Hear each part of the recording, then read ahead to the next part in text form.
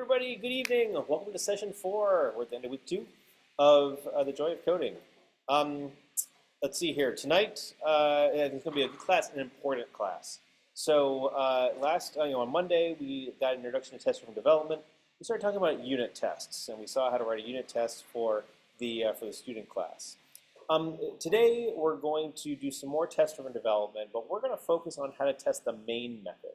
When you think about your programs, there's the code that is, the main method takes in the program arguments and actually does something, and there's the code that does something.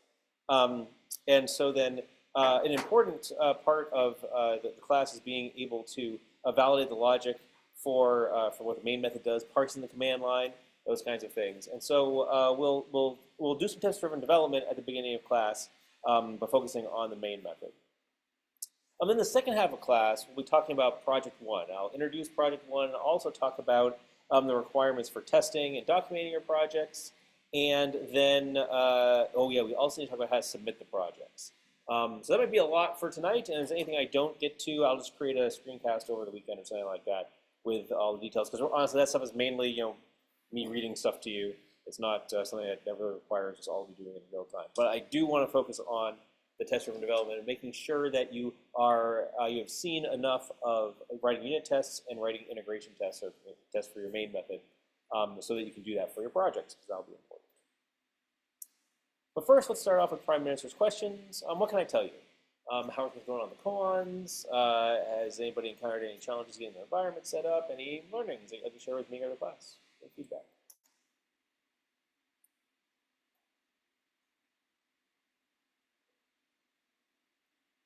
So in terms of progress on the koans are due a week from tonight on July 9th.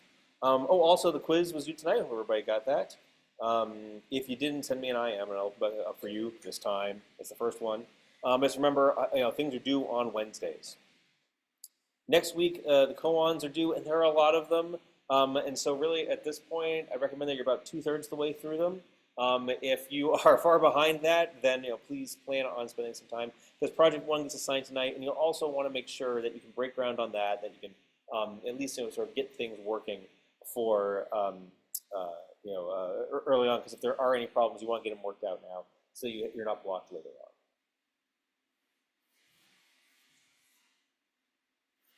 Oh, there is a question here. Someone asked me to open up the quiz again. Actually, sorry, could you send me something in Slack? I won't see the chat in the meeting after the session's done, so if you could send me something in Slack, DM me in Slack, and then you don't need to call me, sir. Yeah, awesome. No questions? Nope, that's all right. Glad everybody's feeling. I hope that's an indication that everybody's feeling comfortable with the material that we've covered so far, and that you're able to get your environment squared away, and that you're keeping up with what we're talking about. Okay. So let's go back to the code. So then,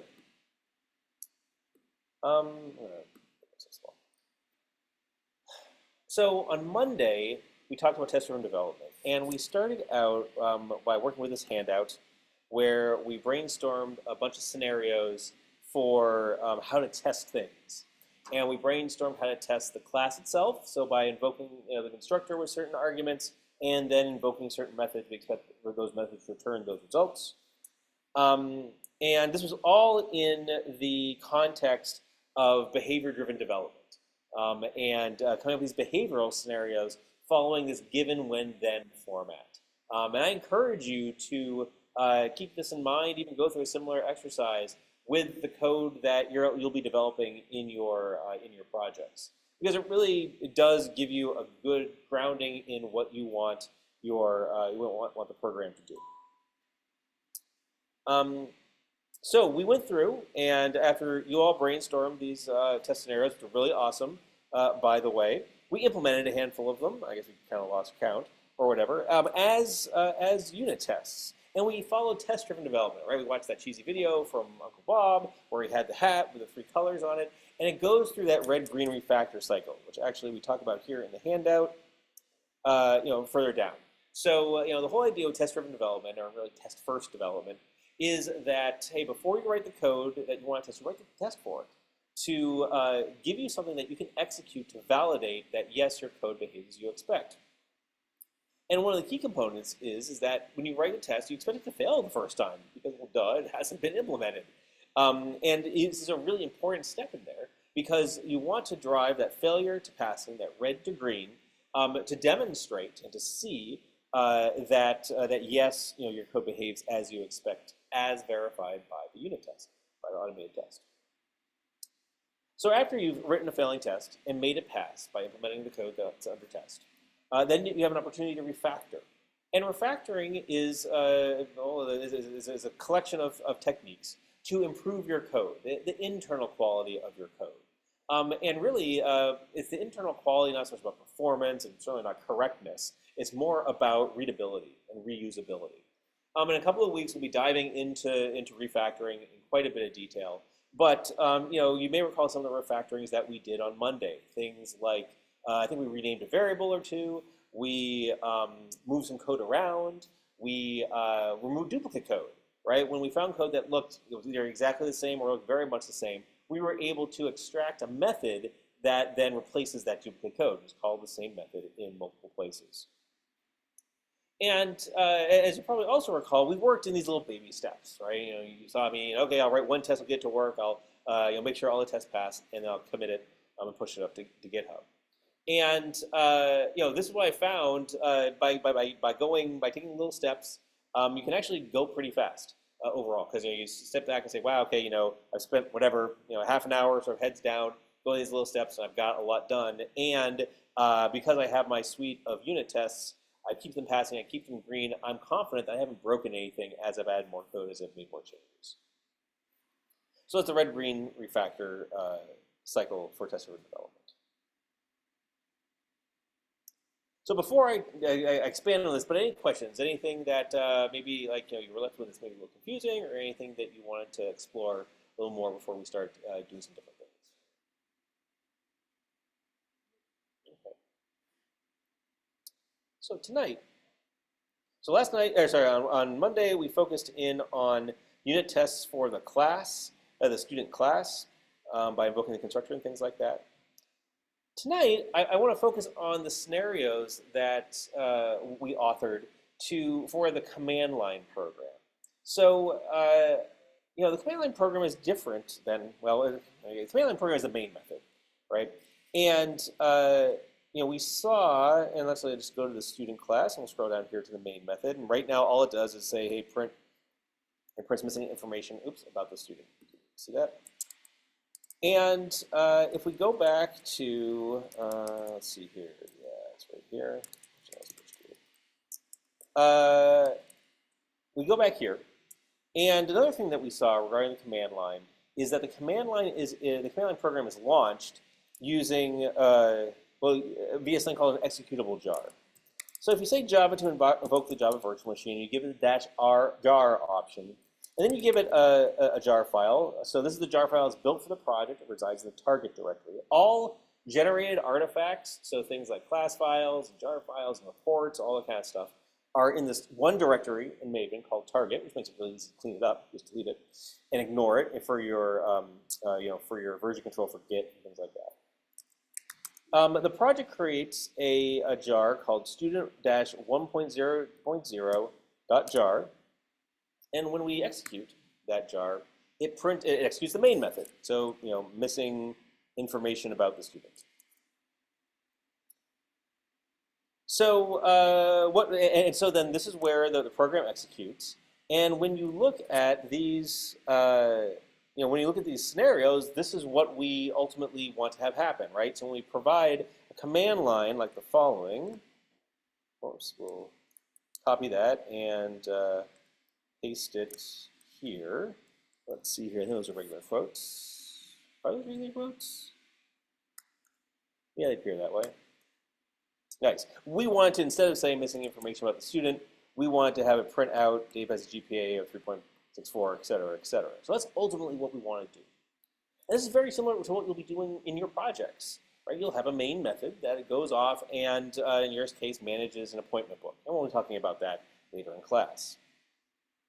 But for right here and now, we want to begin implementing the main method of the student program to take information from the command line, create a student object from that information, and print out the value of its toString method. So, hey, you've all worked with a command line before, and so you can probably imagine how to do this, but I want to show how you can do it using test-driven development, being driven by, actually, I'm minimize this window, I don't need it at the moment, being driven by the scenarios that we brainstormed in class on Monday. One other thing about main methods I just want to make clear is really what the signature of the main method means. So main methods are public, static, and void. So public meaning, well, anyone who can see the class and see the method. Any code can see the class and see the method. Static meaning that you don't need to create an instance of the class. The method is associated with the class itself. Void, there's no return value from main methods. And then it takes an array of strings, which are the arguments. And these are the arguments that are passed in on the command line right here. So I'm going to make a quick change to this to demonstrate what the command line arguments are. String arg and args, print line arg. Thank you so much. Okay. So now I've changed my main method. Now if I just go and run it again, it's going to, there hasn't been anything, there's anything different because I need to recompile it. So I'm going to run maven w, I run maven w verify. And as you'll recall, what this does is it goes through the entire life cycle of the project. It'll compile the source code, it'll compile the unit tests, it'll run the unit tests, make sure all the unit tests pass. If they do, it'll go on and create the jar file, run the integration test, which we'll be talking about shortly, and then make sure all the integration tests pass.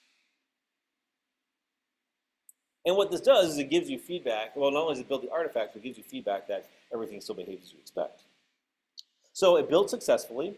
And so now I'm going to run my executable jar again. And now it prints out all, and after it prints out missing information about the student, it prints out all of all the arguments that were passed in. And why I'm showing you this is just to demonstrate this is what you do with that array of strings. These are the arguments that are passed in on the command line.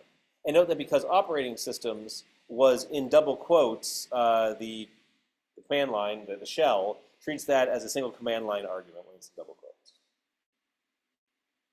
Hope I just didn't insult your intelligence with that, but is that a familiar concept to you, having a main method? And we use like argv and argc like that in like C and C++, is that familiar? Okay. So in Java, instead of it being a pointer to a bunch of strings, a bunch of character arrays, and a count, it's just an array. Okay. So we've got all that. Oh yeah, question.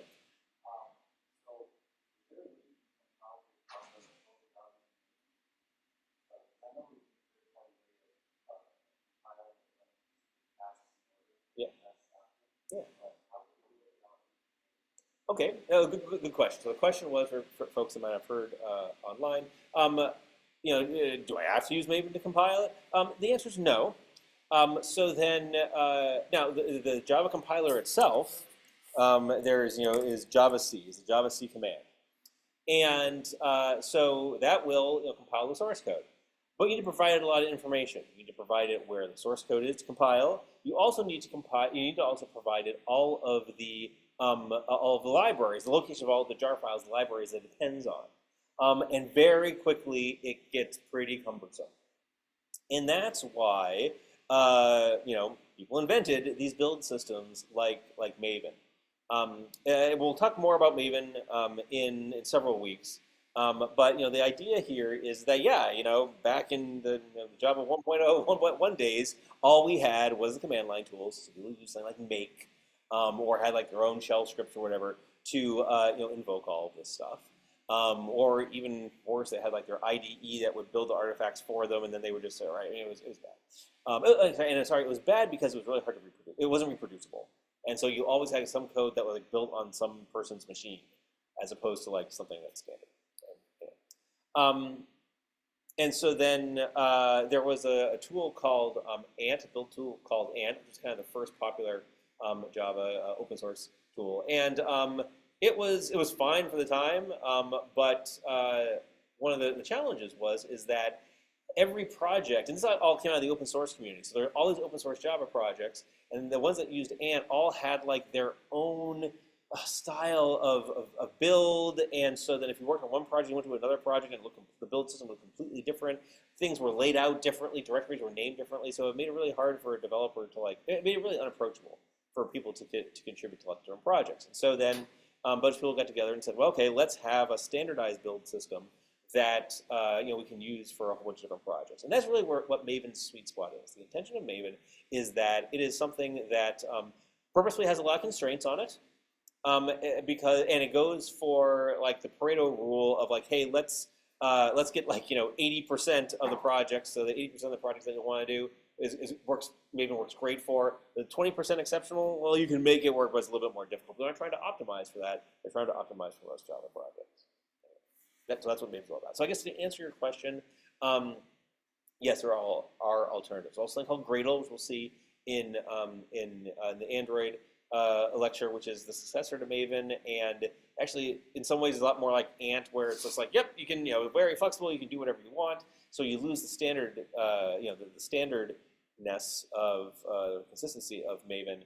But what you gain is the ability to have a pretty advanced build system for something very complex like Yes. Yeah, you're welcome. Okay, so we added some stuff to our main method. We print all of the arguments out. So that's our main method. Now, how can you test the main method? A main method is a method, so you could have a plain old unit test that calls it. But our unit tests for the constructor and stuff, the inputs and the outputs are kind of all Java code, right? We create a student object by invoking this constructor. We send some objects to it, like strings and array list and a double. And then we interrogate that object by invoking methods like says or toString that return a string, and we make sure that the string is what we expect. Because the interaction with an object is an API, right? It's Java code. With your command line, however, think about what you do. The inputs are what's on the command line, and the outputs are things like text written to standard output or standard error, right? So the specification for the student assignment is that, yep, you put in student information, and the toString is written to standard out. Or, hey, if something's wrong with the command line, then you print an error to standard error. So in order to interact with your main method, yeah, you need to pass the command line arguments in, which you can do just by calling the method. But then you need to be able to capture what was written to standard output and standard error, and then interrogate that and have your asserts be off of that. And that you just can't do easily out of the box, right? You call system.out from a unit test, and it'll print it to the console or the terminal. You can't get that text back in your unit test. So, a number of years ago, I wrote a framework that essentially captures the values of standard output and standard error, and and so what that allows you to do is write what are called integration tests. And actually, I think I've got a little spiel about integration tests down here. Now I think about it. Yeah, great. Okay, is that too small? That looks a little too small. Fit. Oh, I don't want fit width. I want fit width. Try that. Oh yeah, that's nice and big. Okay. So,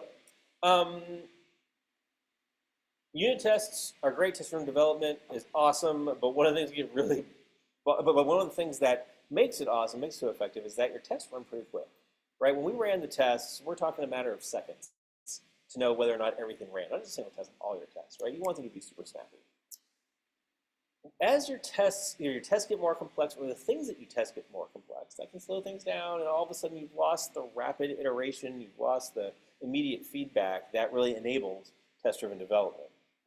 And so then there were these debates about, well, what's really a unit test and what is not a unit test. And so then, I like what Michael Feathers had to say about some, things that make for a bad unit test, or test that's not really a unit test. Because often you're sitting on a unit of logic, it ends up being something bigger. So if you have a test like requires a database, or communicates over the network, or like does something with the file system, these really aren't unit tests, because you're not just executing code, you're executing code that interacts with something else that is slow. So then, those kinds of things are make for us. If you have those things in your unit tests, it's a smell. It's probably an indication that maybe this isn't a good unit test. Because what unit tests are meant to be is just simple. And just hey, you're just invoking some code. You're creating objects. You're interrogating the objects. You are exercising like the logic, like the pure logic of the test. Stuff that happens on the CPU doesn't leave the CPU to go to do I/O. Now, that being said, hey, every program has to interact with the outside world at some point, because there's the user, right? We don't live inside the computer; we live outside the computer. So there's, those are important capabilities of your software, and you want to be able to validate them. So that's where these things called integration tests come in. And integration means that you're testing the integration of like two components. Like we'll see in your project 4, you have a client and a server. They talk to each other over a socket, over the internet. And you want to have some tests that make sure that when the actual real connection is used, that it works. Or if you have an application that has a database, or goes downloads some files from a server or something like that, then you want to be able to validate that. But you're probably not going to do like rapid, or you're not going to expect rapid iteration in those kinds of things. So the way it ends up working is that you usually have a lot more unit tests, because you're able to develop those quickly, and then you have a series of integration tests that test the end-to-end functionality. It's more like what a user would see. And so then, here's sort of a reiteration of what I was saying about the student class, and how the unit tests focus on invoking the constructor and then invoking the says and toString methods. And this is good, but again, when it comes to the main method that interacts with standard output and standard error, you can't capture that standard output and standard error inside your unit tests. So I wanted you to be able to write integration tests that do, and so I wrote a class, a little framework called invoke main test case that allows the main method to be invoked in such a way that standard output and standard error are captured, and then you can get you can get the text that was written for standard output and standard error, and then you can make assertions against it. And so let's take a look at that. So I guess I do want to point out something about the layout of the project. Integration tests end in IT for integration tests. So we had our student test, which is our unit test, and then our student integration test for student IT. Now, the integration tests and unit tests reside in different directories because they need some additional libraries. They need the invoke main test case library, and it just keeps your code better organized. So you end up with 3 sets of subdirectories for your source. You have your main code, which is the code that's under test. You have your test code, which is your unit test, and then you have your IT, your integration tests for your integration tests. But note that the classes are all in the same package, right? They're all in the edu CS joy Whitlock package. And because they're all in the same package, they can reference package protected methods and things like that. So anyway, integration tests live off in their own directory. And here is an example of an integration test. So student IT extends invoke main test case. And invoke main test case then gives you the ability to invoke the main method of a class. You can invoke a main method of a class with an optional number of arguments. So here, I'll make it a little bit wider so we can see everything. Here is a very simple integration test that invokes the main method of student with no command line arguments, and asserts that the text that was written to standard error, and so then when you say this invoke main method is part of the invoke main test case framework, and that it returns this object of type main method result. And from the main method result, you can get the text written to standard error, and it asserts that the text that was written to standard error contains a string missing information about the student, which is true. Oops, I didn't need to debug it. So I was going to build here for a second. And now it's going to run it in debug mode. Ooh, a little slow. It's the first build of the night. There we go. Yep, and it passed. I'm going to write a new test now that, and actually I'm going to comment this out for a minute just so we can see it fail. Now I want to write a test that says invoking main prints out arguments. Sure. We don't need all that. I'm just going to copy this here. Prints out arguments and standard output. Standard output. Standard out. Output, I think we want. Okay, so invoke main, the signature of invoke main is it takes a Java-line class that represents the class whose main method you want to invoke, so student.class in this case, and an optional number of arguments. And so I'll just say, hello world, and I'm going to put this into a variable of its own by using refactor and extract variable.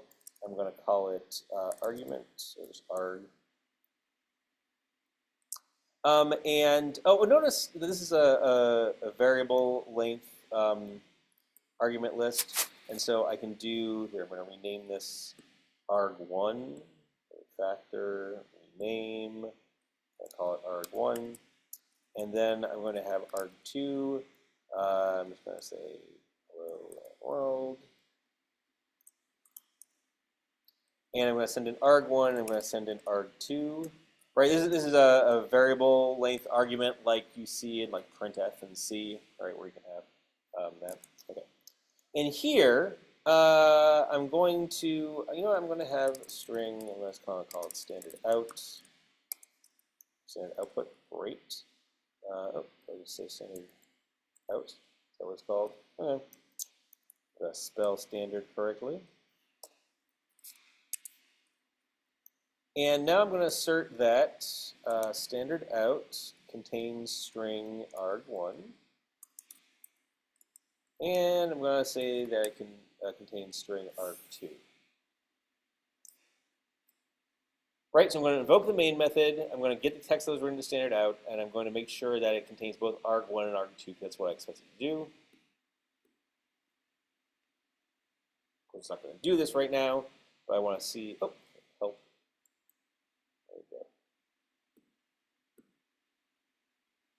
Forgot a brace, or rather the AI created a brace and then it deleted it because it thought it was trying to be helpful. It fails. And I expected a string containing hello, but it was empty. And it's empty because it doesn't write anything to standard out.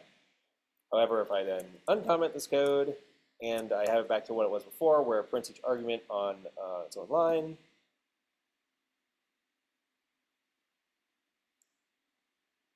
yay, it passes. So this is how you use the invoke main framework. You call invoke main. You give it the name of the class whose main method to run, and the arguments there, and then it invokes the main method with those arguments. This is basically doing the same thing as invoking the main method here with hello and world. Right, that's the same thing. So we're invoking the main method with those two arguments, hello and world. Those are separate arguments. Okay. Conceptually, does that make sense? Yep. Yeah. Yep.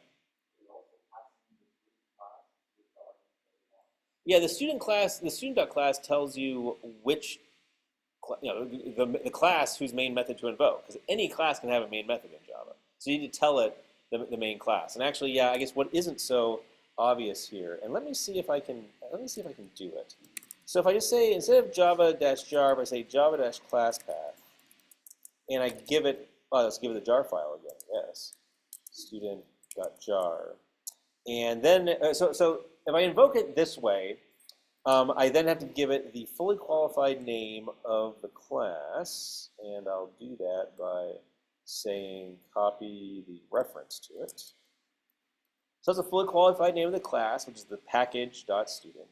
And then I'll give it some command line arguments. I think that'll work. Yep, that runs it too. The executable jar basically makes it so you don't need to put this whole big old thing on the command line. And the way that executable jar is configured, and actually this is something important to know because you'll change it for your project too, is if you look in, what's the project? If you look in the pom.xml for the student project, and amongst all this other configuration is, yep, there it is the configuration for the Maven jar plugin. So this is the plugin to Maven that creates the jar file. You create this thing in the configuration called an archive, and inside the archive is a manifest, and you can say, here's the main class. So this is basically, this is how you tell Maven, when it creates the jar file, to have it be an executable jar file that executes the main method of the student class. You don't need to know about this tonight. This is another one of the nice things that comes out of the box when you create the projects. However, when you go from project 1 to project 2, you'll need to change this. Okay. Good questions. So this is how you write an integration test. You have to use this little framework, the little invoke main. It's a little awkward, but you send it to the command line arguments, and then you can interrogate standard output and standard error to say, did it have the behavior we wanted?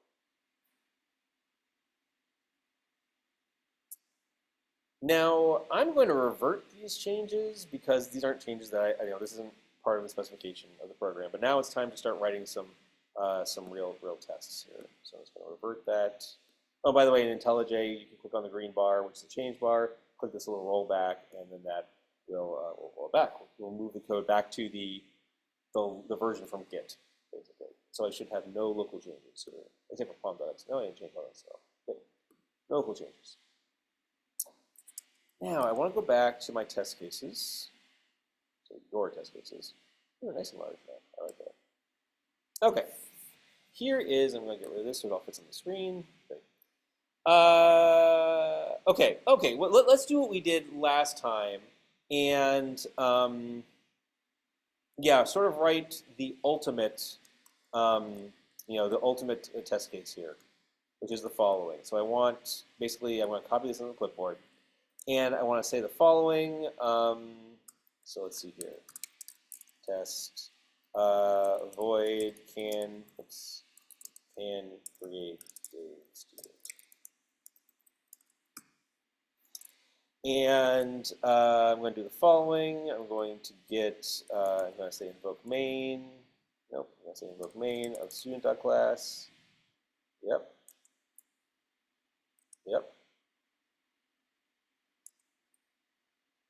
Nice. That's pretty close. Okay. Yeah, that's not that close. Okay. Mail 3 point. Isn't it interesting how the AI doesn't terminate strings and things like that? Anyway, Dave Mail algorithms operating systems Java. Sweet.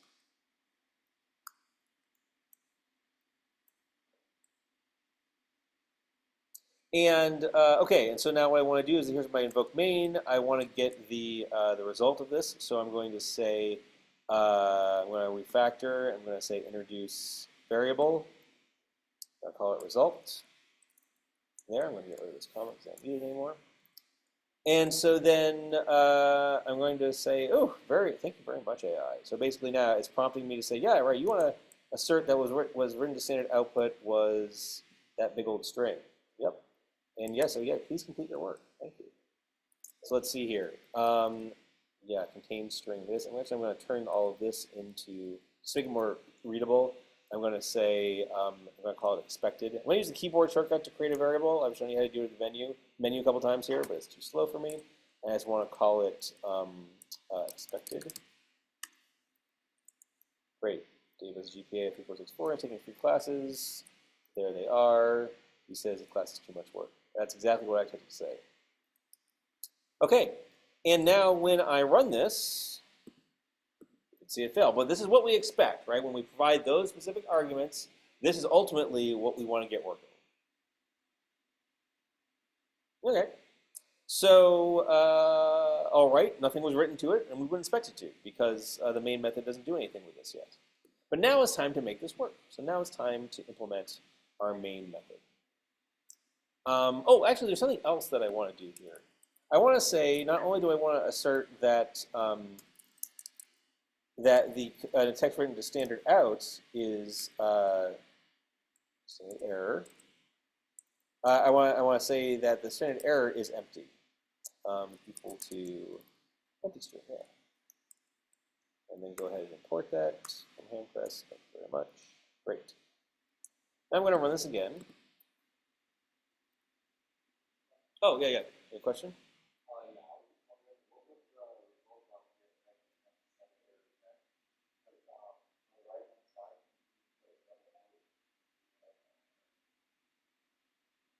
Sorry, for the right-hand side of what?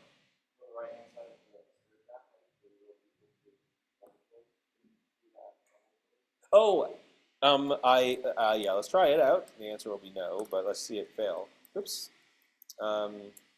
It can't because of the following. If you look at the signature of assert that, it doesn't take like a string, it takes one of these matcher things. And so when you invoke the equal to method, it returns one of matchers.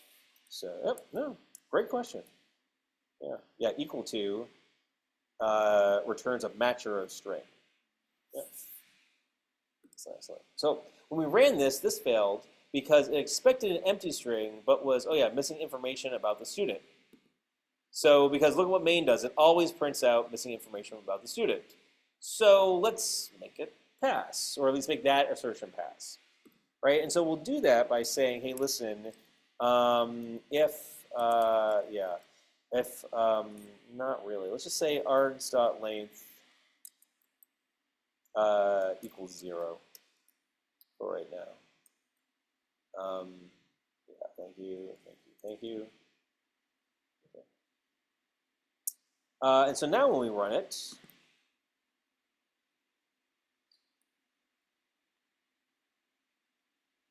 so this one passes now, but this one fails because, okay, once again, nothing was written to standard output. Yeah. Okay. Oh boy, there's a lot here, and so then I'm kind of at a point like we were the other night, where it's like, oh, it'll take a lot to implement this whole test case. So I think I'm just going to, well, actually, what should we do? I mean, I could disable it again, like we did, or do we sort of want to do what we did at the end of class last time, which was have canned data so that this one passes, and then write other tests that fail against that canned data? I don't know. Remember what we did, right? We got to that point with the unit test where, like the Dave here works, even though like we don't have support for things like the pronoun is always he. I don't know. I kind of don't want to do that this time to see how it works. Let's just try something else. So we're going to disable that for now. Okay, I'm going to commit this code, and I'm going to say write the ultimate test of the student class. It will open an integration test. I won't pass for a while.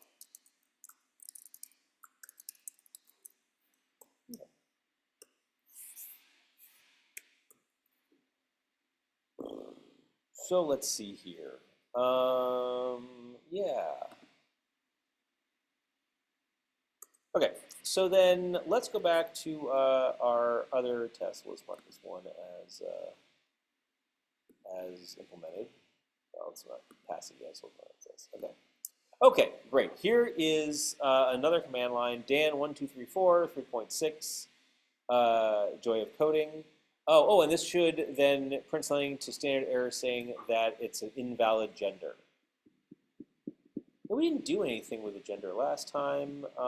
Let's see here. I wonder if there's one that sort of like makes a little bit more sense. Invalid GPA. Oh, this is a good one right here. Yeah. So this. So, oh, -1 is considered an invalid GPA. Huh.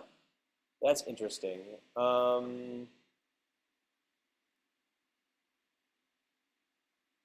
about this one? I kind of like this one. GPA is larger than 0. And yeah, I'll tell you why I like that. Okay, so then yeah, we'll do the following here. Okay, so that's our command line. So now we'll go back to the test and we'll write. Let's see here, and it's like it's really negative GPA is what it is. So, oops. Well, actually, that's not even what I want. I want. Okay. How about this? Yeah, I like this one instead. Because okay, nah, okay. I'll do this one, and then I'll come back and do these other ones, and I'll explain to you why I'm going in this order. Um, actually, no. This is the easiest one. So this is like missing. So all you have is the name, and you don't have the gender. Like all these things are missing. Okay. How about this? So void. Let's say missing. Oops, this. We'll say missing gender prints error to standard out. Standard error. I'll say prints message. There we go.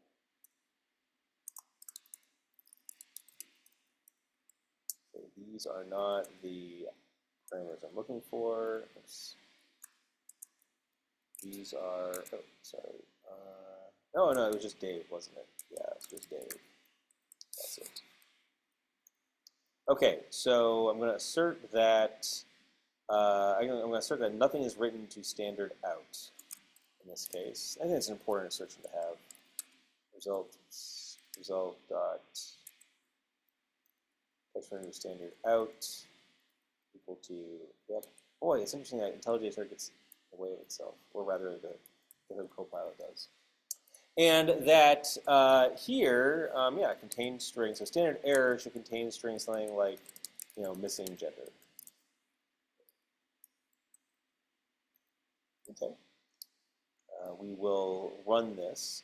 You see me run unit tests through this little button here, little play button. I'm going to start using the keyboard shortcut, which for me is Control-Shift-R.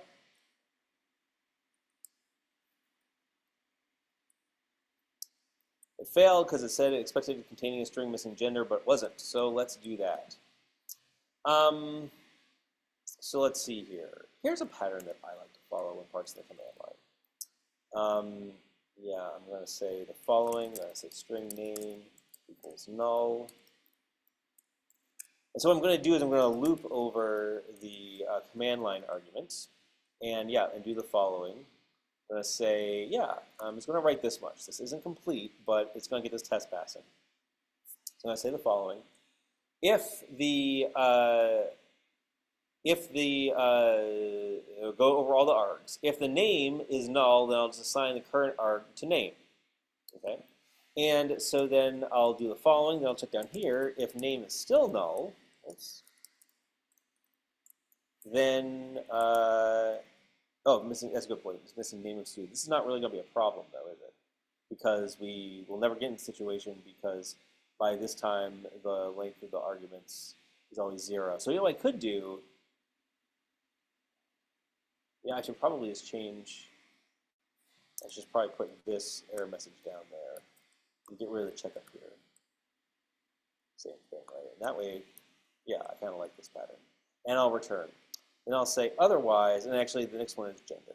So I'll say gender equals null, and then I'll say else if gender equals null, gender equals name. this name equals R. Nice. Okay. Then I'll say the following, else if gender equals null, then that's when I'll print that error message over there saying missing gender. Oops. Gender. And I'll return. So I think this will make it work. I'm parsing the command lines here. And I check to say, hey, listen, if I haven't seen name, print that error. If I haven't seen gender, print that error. It's complaining about, oh, interesting. I guess I don't need, it's complaining that it doesn't need the return there. And that passed. Okay, good. I'm going to go back and run this other one too to see, oh, that one's not going to pass. But like, does this one pass still? I think it does. Yeah.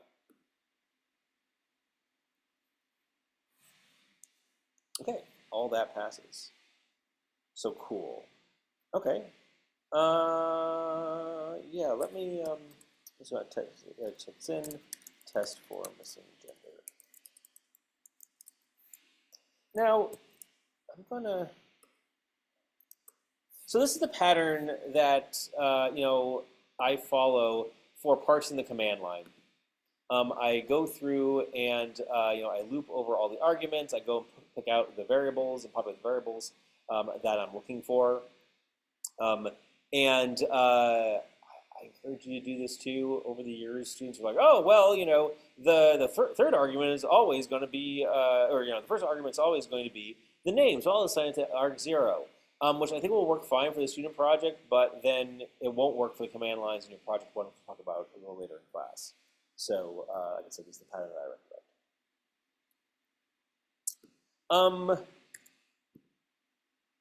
I want to do something a little bit more interesting than all those command line parts. We might come back and do more things later. I'm going to say this. I'm going to say name is printed to standard output. I'm going to say name of complete student. Yeah. Well, yeah. No, I'm just going to say name is printed standard output. So we're going to have enough arguments so that we've got a valid student. So let's take this Dave again here.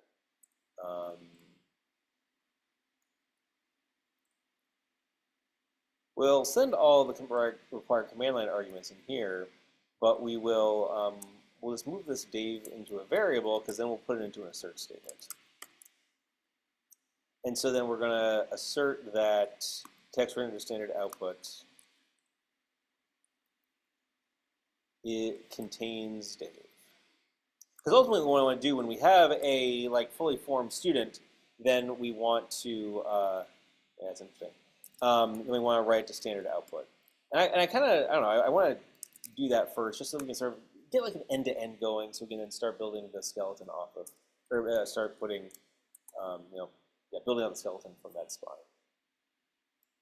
So right now, this is going to fail because we're not writing anything to standard output. Nice. Okay.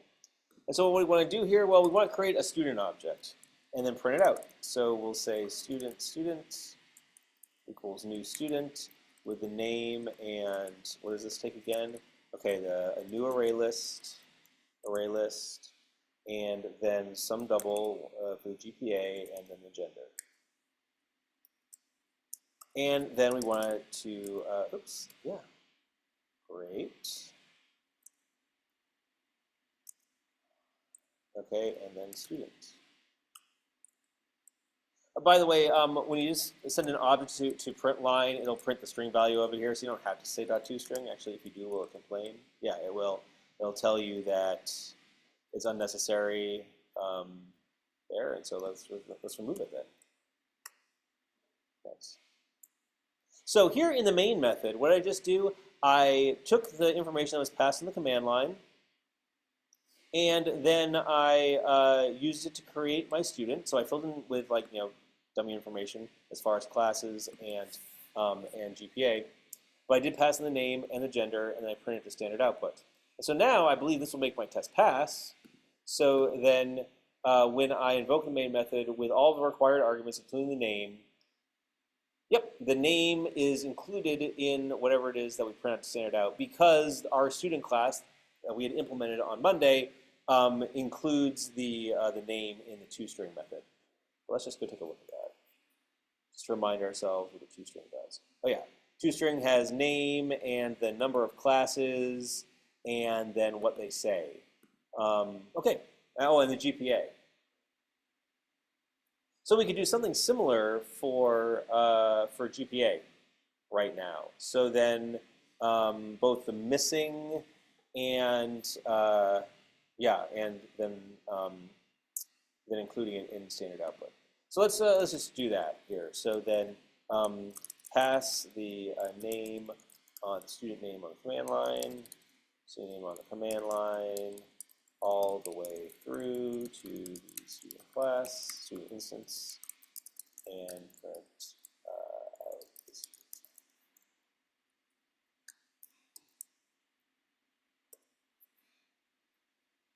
Yes.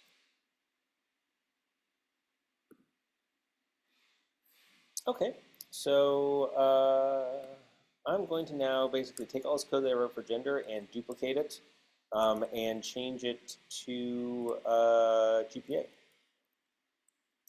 Okay, missing GPA. This is standard out. Oh, the question, sorry. Yeah.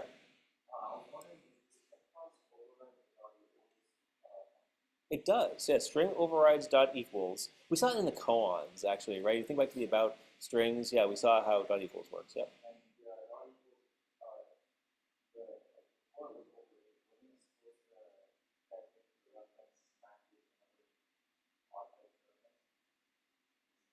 It does, yeah, yeah, yep, yeah, and so then yeah, I mean, what it does is, well, yeah, I think probably the first thing that it does is it makes sure that the other object is of type string, and so then yeah, that would also yeah, actually we can go look if you really want. Yeah, so let's just quick go take a look at the string method. I forget exactly what it does, and we'll just go to oops, this. Uh, Yep, go to the equals method. Okay, yeah. First thing it does is it compares itself against the other object. So if they are the same object, then great, it's true. Otherwise, yep, it says, oh yeah, is it an instance of string? If so, then compare it. Yep. Yeah. Yep. Okay. Oops, and then GPA here. GPA is put under standard output. So here we want to have a name and a gender, but no GPA, and so then we'll say missing GPA here. And then here we want to have the GPA printed, so we don't care so much about the name here as we do the GPA. So I'm going to use another refactor. So, well, here, I'll just say here's the GPA, and I'm going to create a variable for that. I'm going to call it GPA. And I'm going to make sure that standard output contains the GPA string. This variable isn't so interesting to me anymore because I only use it one place. So I'm going to use a refactoring called inline, which will replace this reference to this variable with the value of the variable. So I'll say inline variable. Yep, there it goes. Now it's there. This makes the code a little bit easier to read, in my opinion. There we go. Okay, so now let's run these and see them fail. So we're going to see the missing GPA fail because we don't have any logic there. Yep, it said expected. Oh, nice. Yep, it expected that nothing would be written to standard output, but instead it was. It actually has all this CAN data there. It doesn't like that so much. So then let's make that pass by doing the following. Okay. So here, yeah, we don't want, well, we could have double GPA as 0, but no, we don't want that actually. So the parameters come in as strings, right? So this is going to be the GPA string is null. And now I'm going to just do the same thing here. So else if, yeah, thank you. Yep. Oh, unexpected argument. well, that's interesting, but it's also wrong. And again, it's like one of those AI hallucinations, right? It's like, oh, I bet you need this. It's like, well, actually, no, that's not the right thing to do there. We don't. We will never have a situation in which we have an unexpected argument because we'll get to the point because the last arguments are all class names, so all the arguments are always expected. So okay, we populated the GPA string, and now we want to say else if GPA string. It was acting so nice. Come on, AI, come back. Gosh, IntelliJ gets in the way of the AI, something fierce. I don't remember having this problem before. So GPA string equals null. Yeah, thank you. Yep, missing GPA. And return. So now I'll run the test again, and now I do expect it to pass because I've implemented the logic that checks to make sure the GPA was provided on the command line. Sweet. Okay, now I'm going to run the other test, which makes sure the GPA is printed as standard output. And it failed because it expected a string with 3.64 and instead has a GPA of 1.2.3, of 1.23. And that's true because we just hard-coded this here. And so now we want to pass in the GPA here. Now, the constructor expects a double for the GPA, and what we have is a string. So we need to convert that string to a double. And the way we do that is the following. Here, I'm going to extract a variable for this and call it just GPA. I don't know why you have a 1 there. Okay. And the value of it is going to be, well, how we convert a GPA string to a double. Does anybody know how to do that off the top of their head?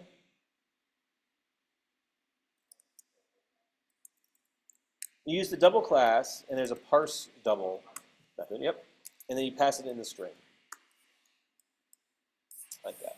So this converts the double into, sorry, the string that represents double into a little d double, the numeric type double. And now we can pass it to the constructor. Because if we tried to pass in GPA string here, it wouldn't compile because it says, oh, I require a double, but you gave me a string. So it's not going to try to auto-convert. Java is strongly typed. It wants you to be very explicit about the fact that you are changing a string into a double, which I think, A, you get used to, and B, overall, I think that's a good thing for it to do. Okay, we'll run this again. Cool, and that seemed to work.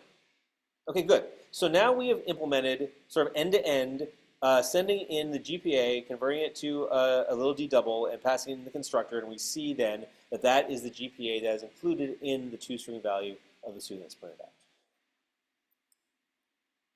Okay, so let's see here. Pass through. I'll pass the GPA. The GPA from the command line to the student object. Okay. Got one more thing related to the GPA though that I want to show off. So this GPA that I've used in the test so far is a nicely formed GPA. What happens? What do you think will happen if I pass in something that doesn't represent a double? Right. So I want to say I don't want missing GPA as much as I do invalid GPA, or malformed, it's called. Malformed GPA prints message. Oops. Prints message to standard error. Right, because let's say I give it something that's not a double, right? That's not a double. Correct. This is sort of it's malformed as opposed to like invalid. I don't know, not person. We're mincing words here, but yeah. But we can talk about that. We can do that too. Actually, that'll be interesting because I think we want to implement it a little bit differently. Okay, so here we can pass the string blah in there, and what we expect is, well, nothing is written to standard output. It doesn't get that far, or we don't want it to get that far. And instead, we want written to standard error. And we want to have a contains string contains what? We want to say invalid GPA Yay. So that's what we want. Now, what do you think will happen? Any guesses?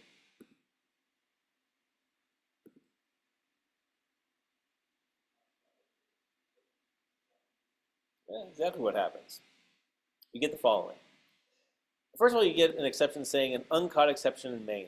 So exceptions, right? You probably saw them in the cons. Hopefully, you're familiar with them from other languages. The whole idea is that when something goes wrong, this exception object is created and it's called thrown, meaning that it basically it's a little crude. It's like the VM, the JVM, like the code barfs it up. Like it's like I can't deal with it. It's like execution stops, and like all you get is this exception thing. And um, main methods that you write for this class should handle all exceptions. So the user should never see a stack trace. And to enforce this, the invoke main framework will throw this uncaught exception in main exception when you have a main method that throws an exception. And the exception that was thrown here was something called a number format exception, thrown here on line 89 of student. And sure enough, when parse double is sent like a double it can't parse, like the string blah, it doesn't return 0, it doesn't set some error code, it throws an exception and says number format exception. You gave me blah, but that's not a number. So what do we do here? How do we make it so that instead of throwing this exception every time, we print out this error message in valid GPA?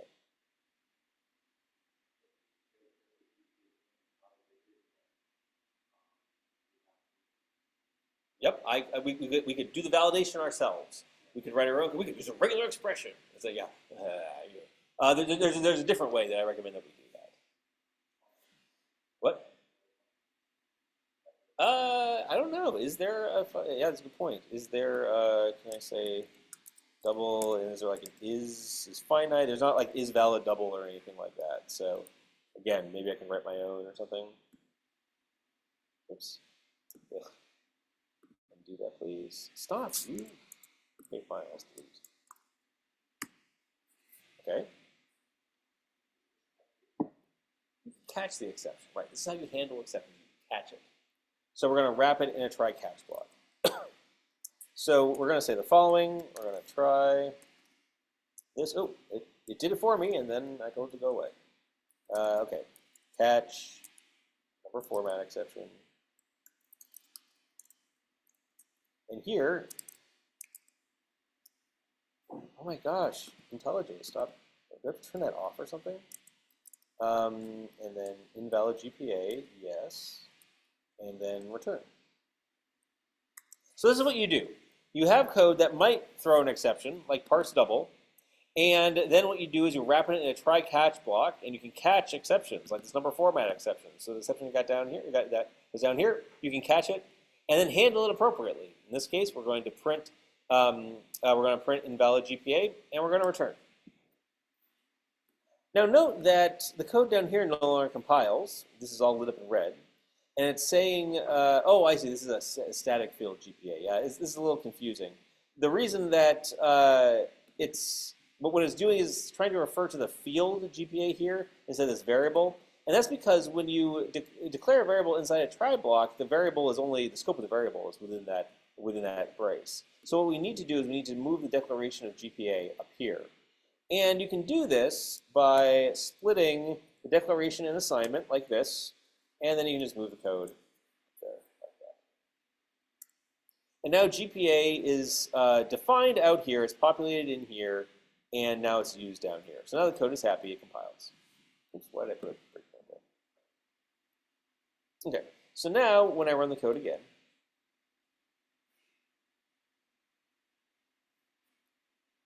yay, it passes. Because I sent in bogus data, and the bogus data caused a number format exception that was caught right here, and then we printed out an error message, just like we wanted to, and that's what our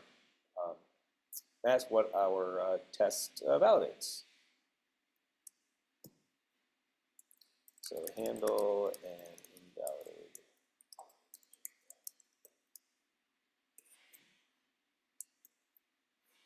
Okay.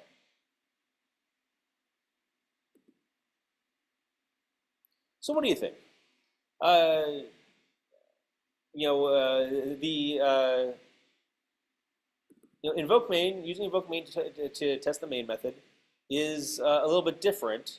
But as you can see, you can do test-driven development on your main method by working in small chunks, finding a simple test case like, hey, make sure that just the GPA, I don't care about the rest of the stuff, just the GPA is included in standard output. Or hey, you can test code that is unique to the command line parsing, like the validation of the GPA that's passed in. And this is the essence of integration tests for the command line in this course. This is something you're going to be seeing starting with Project 1. And because you want to make sure that all of your that the vast majority of your code is covered by your integration tests. Anything else I can tell you right now?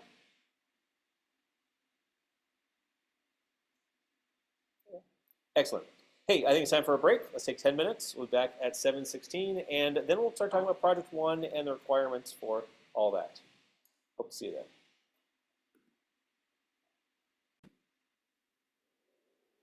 Okay, and we're back. So in the beginning of class, in the first part of class, we did some test-driven development, and we focused in on testing the main method. And we talked about how, for this course, you test the main method differently than you do than other Java code, like your student constructor and the toString method. We use this invoke main test case framework, which gives you methods like invoke main and then this main method result that allow you to interact with the text that's written to standard error and standard output, because that's what main methods do. They take in command line arguments and they write things to standard output and standard error. And so then if you want to test your main method, test that behavior of your main method, you have to use a framework like this. So we implemented a series of integration tests that provide various command line arguments to the main method of student and validate and assert that certain text is written to standard output and standard error. And we did test-driven development, so we developed our main method like that. And we use this little pattern that I found helpful over the years, where you iteration over the arguments and you populate variables with the arguments that you expect, and then you do some checking of the arguments there to then get the results. Any ponderings, any questions, anything you'd like to discuss about what you saw in the first have a class?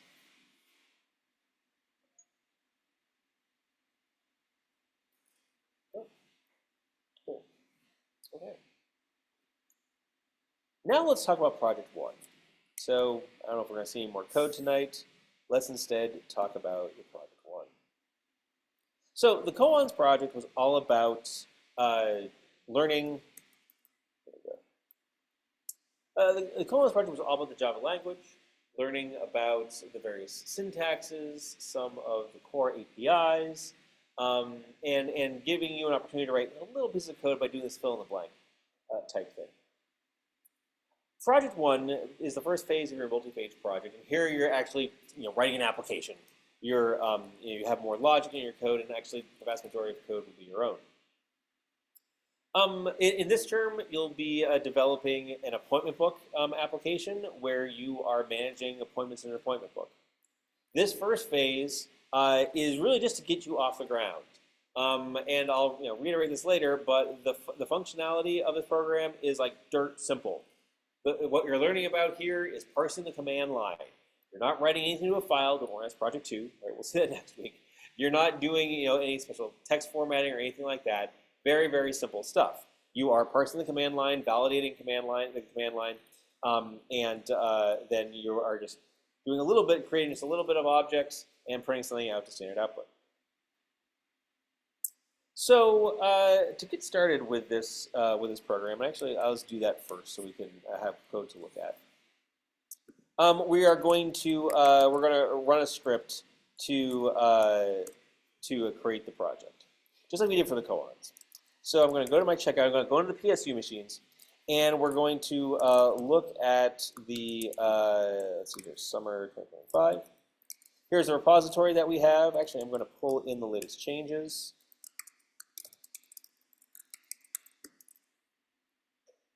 Great, I got all the changes that I made to the koans and then the student stuff that I worked on. So I've got all the latest changes there. And now I'm going to do the following. I'm going to run the create first project script. And what this will do is that it will, well, it'll create the first project. This will help you get started here.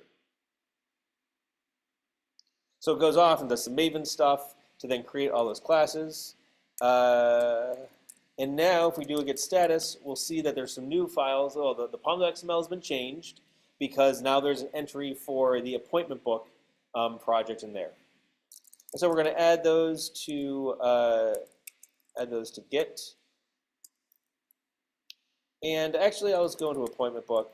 I'm going to run Maven w verify just to make sure that the code that was generated builds. I click that it will.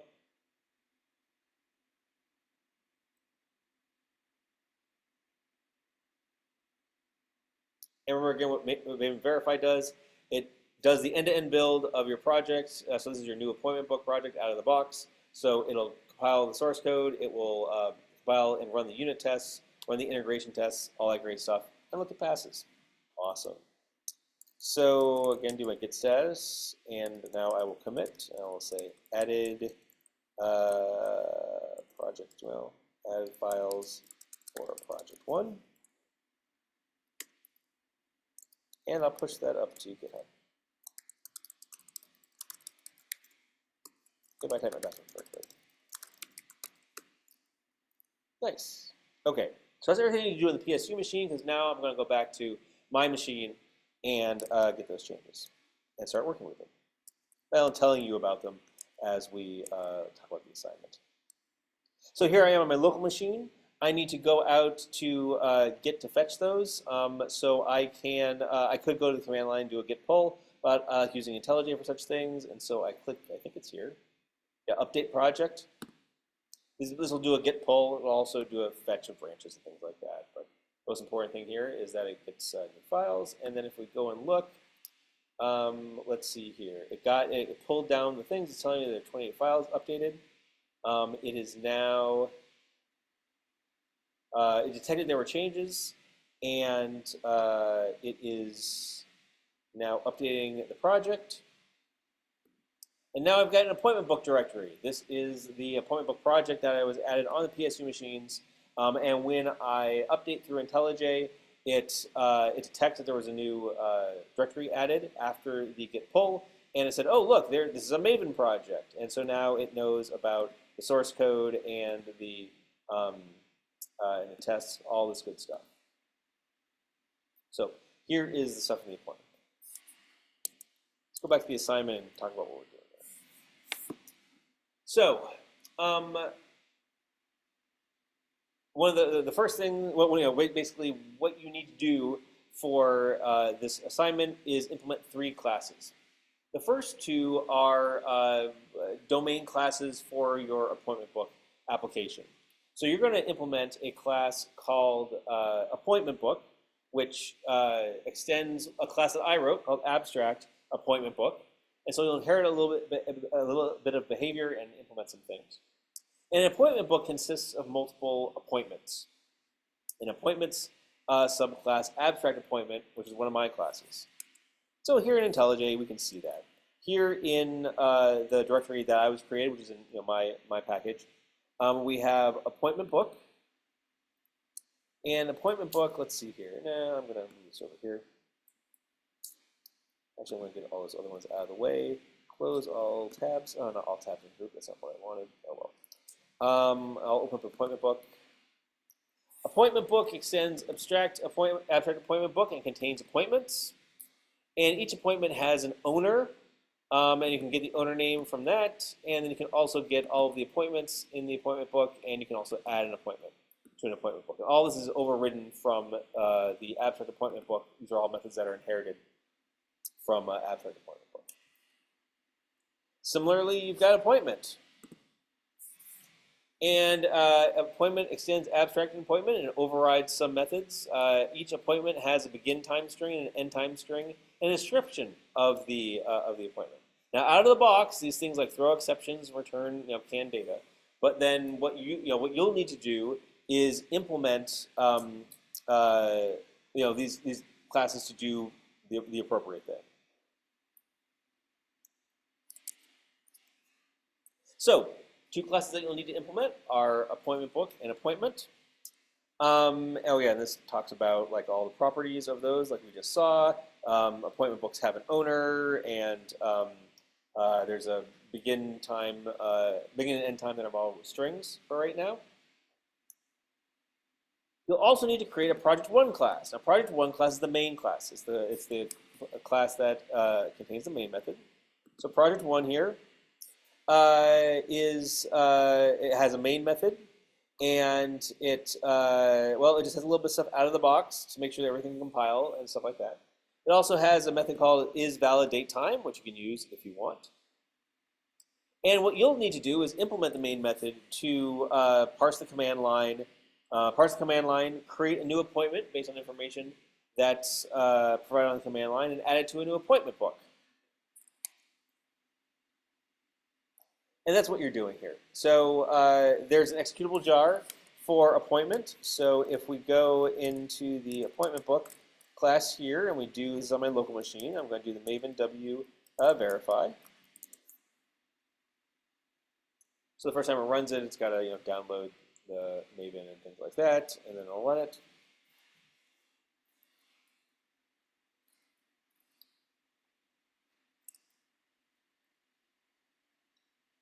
So create the executable jar, just like we did for the student class, or the student project. And so we can run Java, let's put it here, Java-jar, and then target appointment book.jar. It prints out missing command line arguments, which is exactly what's printed out here in the main method. So same thing as we saw in the student class. So again, what your Project One does is it parses the command line, creates an appointment book with the owner specified on the command line, creates an appointment with a description, begin and end time specified on the command line, adds the appointment to the appointment book, and optionally prints the description of the appointment by invoking its toString method to standard output. So ultimately, here's what your appointment, your Project One main method needs to do. It needs to support the following. So all of these are command line arguments, but there are some optional options that precede the required arguments. So all arguments are required and appear in this order. So the first argument is going to be owner, second is description, third one is the begin and end time, and then the fourth one, the fourth set of arguments is the end time. And notice that it's 24-hour time, and some examples are like down here. So July 15th, 2025, and 24-hour time like 1439. And note that while the owner argument is one command line argument, dates are actually two. So there's one argument for the date and another one for the time. Now preceding the arguments are the options, and there are two options. One is -print, which says, oh yeah, if the -print option is present, then print the description of the new appointment by invoking its toString. There's also something called -readme, which we'll talk about here in a moment. So this is the format of your command line. These are the arguments that it takes, and these are the options that optionally precede the arguments. Before I move on, though, I wanted to pause for any questions about the assignment so far, either the requirements or the format of the command line, how things all look. Yeah. How are you storing the appointments? You are not storing the appointments. Project One is super simple, right? Yeah, right. It's sort of like logically everybody's like, oh great, we gotta store them someplace. That's Project Two. Project One is all about parsing the command line. So literally, that you create the appointment and maybe you print it out, but then you drop it on the ground because the program exits. It's okay. Project One, don't worry. We'll get to Project Two soon enough. Yep. Yes. Let's say you go to order like Roger. Yep. What if you want to do this last thing, right? Very good question. I'll answer it this way. There is no validation of the owner. The owner can have anything. As a matter of fact, please don't validate the owner. It can contain numbers. It can contain capital letters. It can have spaces. It can't. Doesn't matter. Any string is a valid owner name. Yep. So it doesn't need to be first name, last name. It could be a single like Cher or Madonna or someone from this century. Sorry. So then how would you limit how many arguments you have in the have a fixed amount? Well, that's a good question. So is there a fixed amount? There's actually a variable amount because the options are optional. Yeah, right, which is one of the challenging things about this project. As I was saying a little earlier, I've seen lots of students really like contort their code because they said, oh, well, wait a second, begin could be, argument 3, could be argument 4, could be argument, oh, how many? There's an easier way to do that. And that's part of the assignment, is for you to figure out how to parse the command line in a way that works and, lets you sleep at night. And then, oh, by the way, you'll have to extend it for project too. Yeah. Great questions.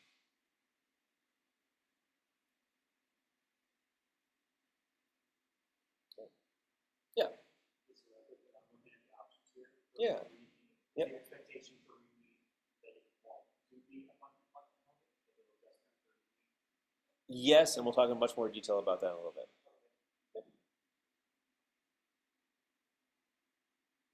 So yeah, the README is prints and README and exits, and we'll talk about the README is in a little bit.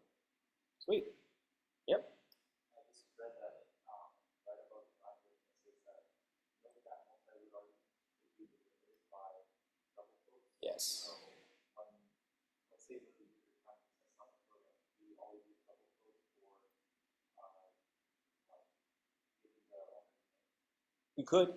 Yeah, yeah, and I say that because that's just like Unix syntax, right? So like what we were doing, like with the student program when we said operating systems here, right? So you see how operating systems was double quoted because it's got space in it. Because if we didn't, then the the shell would interpret that as 2 arguments operating systems. So that's something like where you have like mailing arguments that are exceeding our expected amount versus having to sort of fix them out. We're talking about like having options as Mhm. a static amount. But if we have multi-words, we always use those. Yes. Yep. Anything's multi-word. Yep. To be clear, though, just to emphasize, dates and times are not multi-word. So, so you wouldn't have. Let's see here. If we run the appointment book again, it's like, what's an example? The owner is Dave. So I actually didn't need to. Well, let's do this. David Whitlock. That's the owner. The description is take a nap. And then the begin time, though, is like, well, what was today? Today is 7/2/2025 at 7:34 p.m. Oh, sorry, 24-hour time, so it's 19:24. And I want to take a long nap. I'll have it end at 21:45.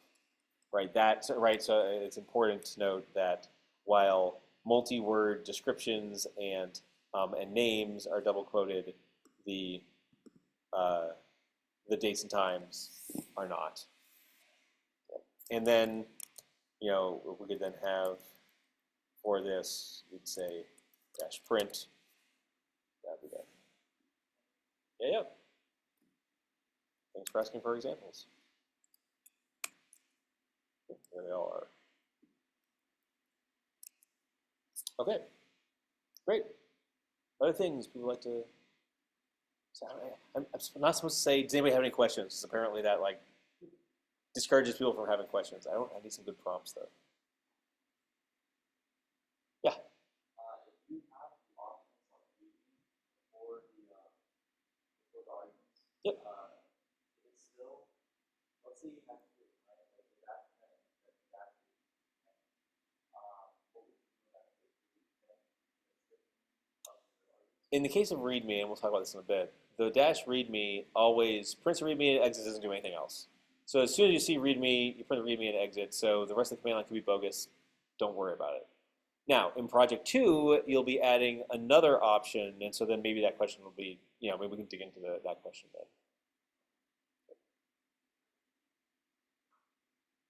Nice, nice. Okay, so anyway, so I hope you're all, imagining that. Lots of footnotes. I don't know, when I wrote this, I was going through a footnote phase, apparently. Yeah. Okay, so error handling. I'll say more about sort of the expectations here in a little bit, but yeah, when your program encounters a problem, please have a graceful exit. So don't show stack traces, don't a core dump or anything like that.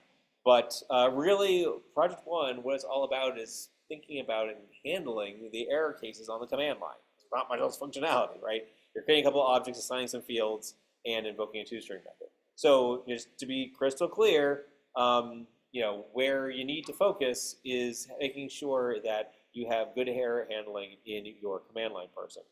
So for instance, if something's missing on the command line, that's an error. Or if the format of something on the command line, like the day or time, is incorrect, or the description is empty, right? Those are problematic things for the command line. When in doubt, please feel free to post something on the Slack channel saying, hey, how should I handle this? Or hey, is this a valid, is this valid syntax, or is this valid scenario, or is it a invalid scenario? Things like that. And again, just to emphasize that how I will assess your project will be based on how effectively the error messages that are provided, the feedback that's provided to me, give me actionable information. So you'll get more points if instead of just saying instead of saying some argument is missing, you'll say oh yeah, look, the owner is missing, right? That is much that helps me as the user understand. Let's see here. Oh yeah, we'll talk about submitting. I think we have time. How to submit the program tonight. If not, we'll get to it later. And oh yeah, we already went through how to create it with the Create First project, and here are the files. And it's got main code, it's got test code, it's got integration test code. Executable jar, we already talked about this, already learned about it, but maybe verify things like that. Now, I got some interesting feedback from the students last time. Actually, it was like very clear feedback, and I appreciate it. They were like, huh, you grade your projects differently than we've had them graded in other classes. Like, oh, well, that's interesting. I hadn't been class support, so it's about how they're graded. So what my students told me, and actually I'd be interested in this matches your experience too, is that in other classes, either like you get like a pretty well-structured rubric to tell you what's going to be graded, or you just get all the and you get like the test cases all lined out for you, or there's like this narrative, and then it's really up to the grader to provide a sort of a more subjective. Well, did you get the narrative right? I thought, well, that's interesting, and like as we talked about it last term, we realized that, well, like I use a combination of the approaches. So it's like I've given you written requirements, and I think they're pretty well structured. And what I expect that you'll do is that you'll study the assignment and say, well, like, hey, what are like those behavioral scenarios? What happens when I provide this input, or what happens when I provide that input? And then implement them as tests, either unit tests or integration tests, and then drive those tests to grade. And as I said, if at any point you're like, okay, I have this scenario, I'm not too sure how it should behave. Like, is this an error or not? Or hey, is this a sufficient error message or not? Ask me.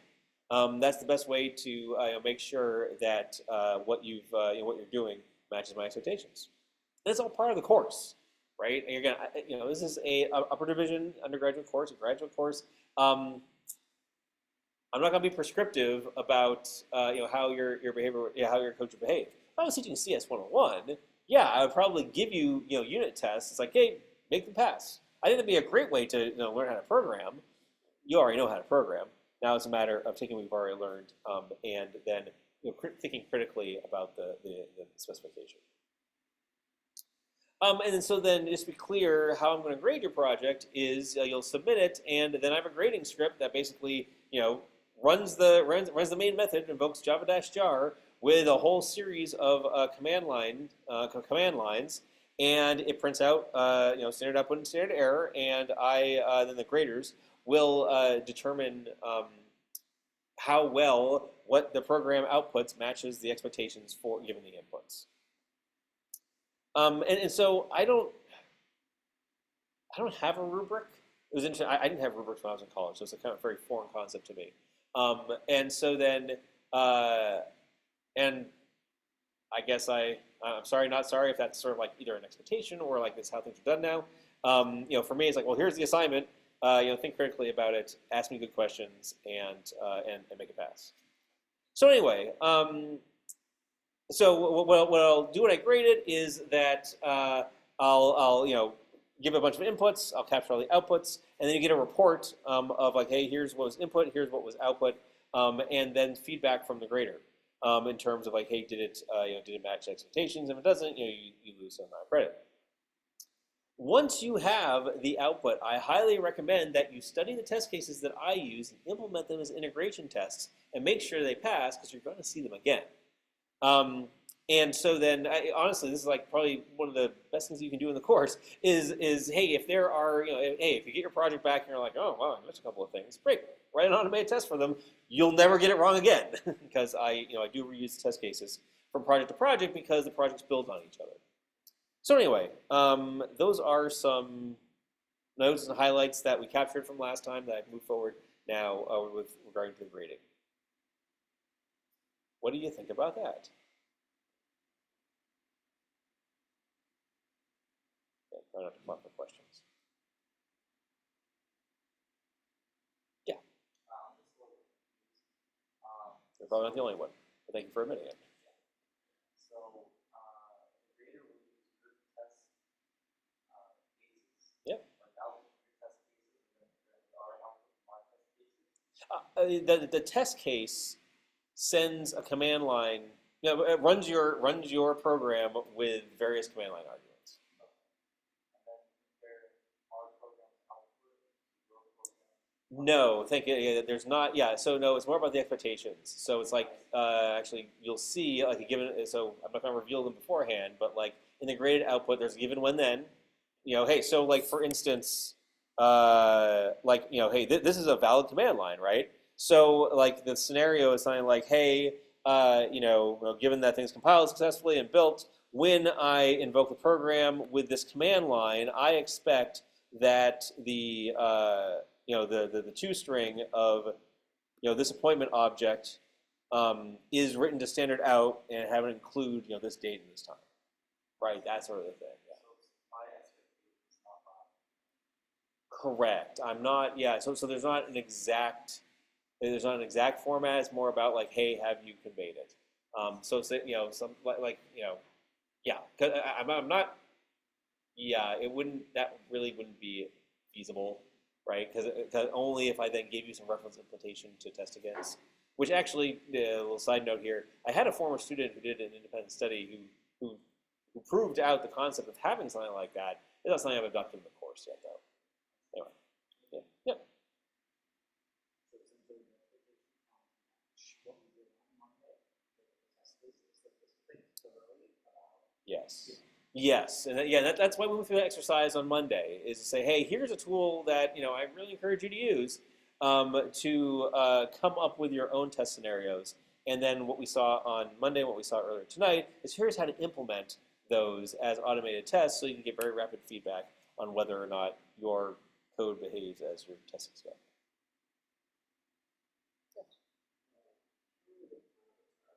I'll go over the plan of attack. Yeah, the POA shortly. It's a different handout.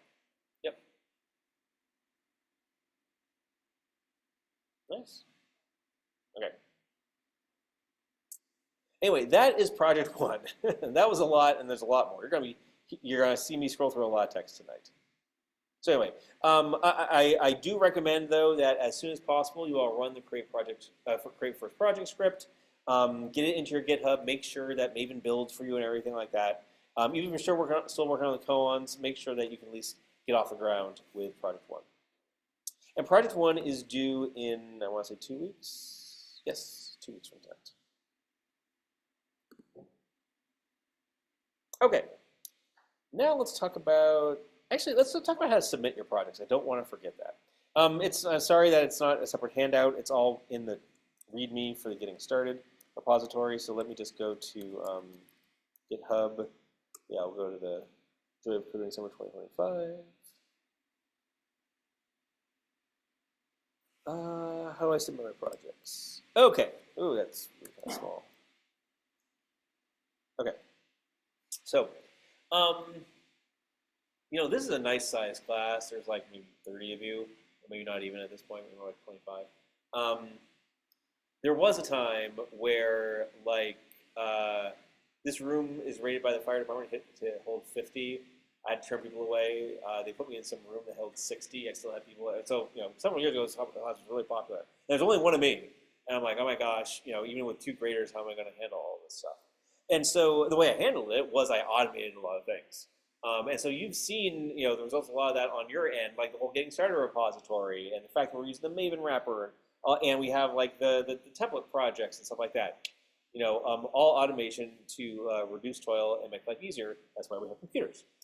On my end, I realized there were a bunch of like toilsome activities that I was doing, like extracting submissions from email and the grading script and recording grades and all this kind of stuff. I'm like, oh my gosh, I've got little children. I want to drink beer. I don't want to be doing this. So I automated a bunch of this stuff. And one of the things that actually I've had automation for forever is the submission process. And the way it's invoked now is through a submit script. So the submit script is there in the repository. And so I'm going to go back here. I'm just going to run you through it.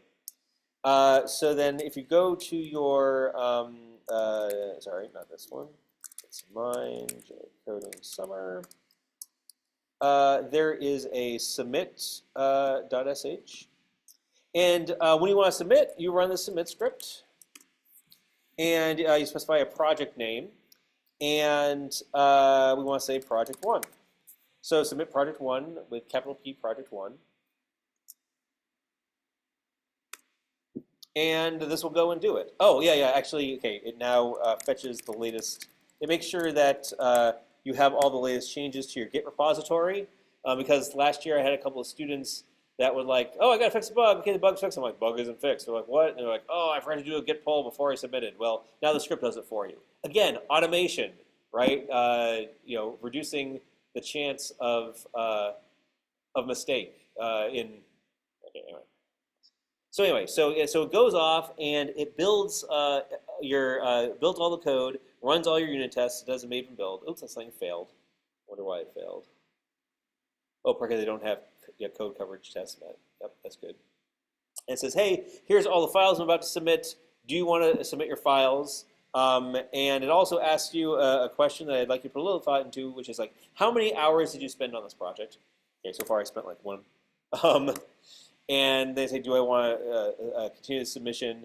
I'm going to say no here because I don't want to mess up my system. I'm not going to grade my own project. But you'll say yes, and what it'll do is it'll take the source code and it'll put it into a zip file, email the zip file to me, to the grader, and then you'll get a receipt also to your email. Oh, and it also puts in a tag in Git so you know which which revision of your repository was submitted. And you can then use that Git tag to create a branch if you want to go back and fix things. And that's in a nutshell what all this is. Yeah. Even submit specify the project one. Yes. How does the little project one do? Is that considered directly your file? Go look in subject. Oh, there you go. So like it knows what project 0 is, it knows what koans are, it knows 4 and 5, and then everything else is just the appointment book. That's it. Yeah. Yep. Yeah. And then the name of the project is actually included in some metadata in the zip file. And so then what I do, you're not going to see this, but like what I do behind the scenes is that I've got some automation that goes and like gets all the attachments from the email, puts them in certain directories, updates the grade book. Right? Yeah. So again, yeah. Now my kids are all grown up. I still want to drink beer. So yeah, I try not to do while grading. You may have multiple submissions. Yes. Yeah, and so then you can submit as many times as you'd like. Let's see here. Yeah. You can submit as many times as you'd like before the deadline. After the deadline, then it counts against you as a resubmission, or at least a late submission. And, yeah. But yeah, so then, let's see here. I consider any submission that's as gradable. So, oh yeah, submission great. That presumably means that you want it to be graded, so I'll grade it. We don't want to waste the graders' time. We've got limited time from them, but yes. So like, hey, if it's like, hey, the assignments are due, Wednesday at 6 p.m. At 5 p.m. you submit, and you're like, oh wait, I forgot a test case, and you find out there's a bug. Great, fix it, resubmit. No big deal. So let's see here. Just a couple of notes. Oh, hey, when it comes to like debugging and stuff like that, it's great during development. It's really distracting for the graders. And so then, you can put it like, you can put like a system property around it or something, or you can just, comment it out before you submit. But yeah, please be mindful of that. And let's see here. And again, here's how you submit. You just run the submit.sh script with project 1. Oh, here's some details. Actually, some important things to note. Only source files will be submitted, specifically .java, .xml, and .txt files. They're all in the source directory. Oh, the README. We'll talk about that in a little bit. And you can't submit a modified pom.xml file. And this is because I don't want you to add dependencies. So you cannot use a third-party library to parse your command line, for instance. You got to do it yourself. It's all part of the assignment.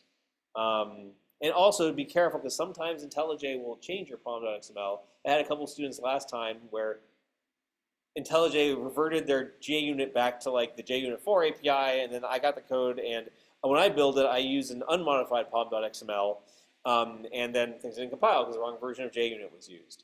And so then, I saw it, I gave them feedback, and they're like, oh yeah, crap, and then they fixed it. Again, yes, multiple submissions are allowed.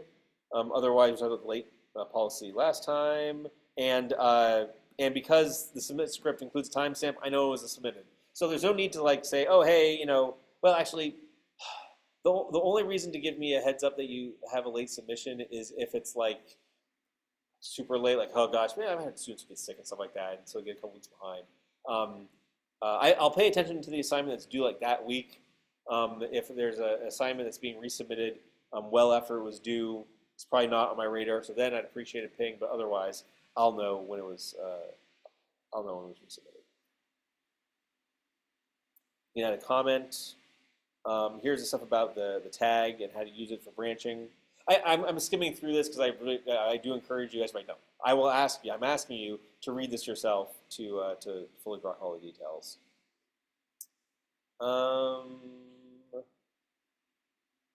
Yeah, and here's how to deal with the branch. If you want to create a branch off the tag you submitted, what this allows you to do is like, hey, let's say you've submitted your project 1, you start your project 2, you get some feedback saying there's a bug, and you want to go back to basically the version of your code from project 1. You can do that from the Git tag that's created by this group. And that's probably the details there. It's something I can extend. Any questions about submitting? Let's have submit. I pointed out that the submit script asks for the number of hours. I've collected that data over the years, so since the winter of 2022.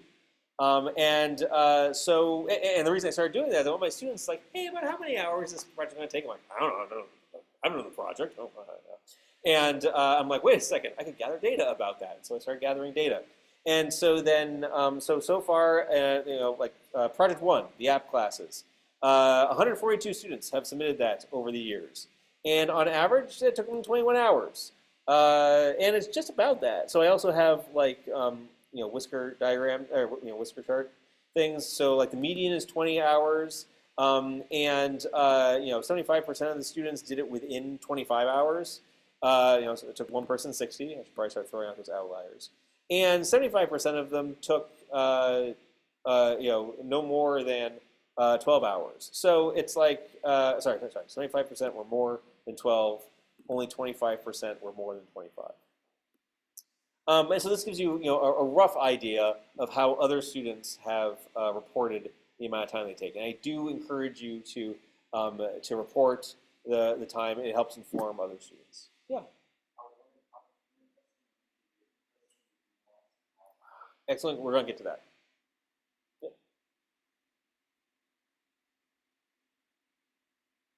So anyway, submitting. That's how you submit. And that documentation is here in the README. Okay. Yeah, testing. Let's talk about testing. So, testing is important. We've been talking about it a lot this week. And it's so important that not only do I show you how to do it, I want you to do it yourself. And so then, we talked about unit tests. We talked about integration tests with Invoke Main and how to do all of that kind of stuff. Now, for a long time, I really encouraged students, like, you should really write unit tests. Like, you'll be a better person. And it's like, okay, never mind. And I'm like, oh, wait a second. I should probably, I really, what can I do to compel them? I'm like, oh, I know what I can do. We can require code coverage. And so I've been doing that for a number of years. Actually, it's worked out pretty well. And so then, bottom line is that I require at least 75% code coverage for your automated tests, both unit tests and integration tests. And the way I evaluate that is that I use a tool called Jacoco for Java code coverage. And the way you determine what your code coverage is that you do the following. So let's see here. This is on the PSU machine, so I'm going to get rid of that. So here's my, I'm back on my local machine. I'm in the appointment book directory. And I'm going to run Maven W. I'm going to run Maven. I'm going to say -p for profile grader, which means, hey, run this as if you were the grader. And when the grader runs it, the build will fail if the code coverage requirements aren't met. So I'm going to do a clean here. Just with the code coverage, you often need to do a clean, or you sometimes need to do a clean just to get everything working. And it's such a small project that it builds really fast.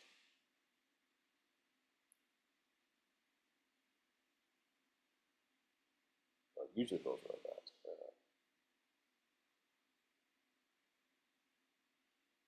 Okay. So the build failed because of the following. It said build failure, it said coverage checks have not been met, see log for details, and up here it says the following, warning, rule violated for bundle appointment book. Instructions covered ratio is 0.71, but expected minimum is 0.75.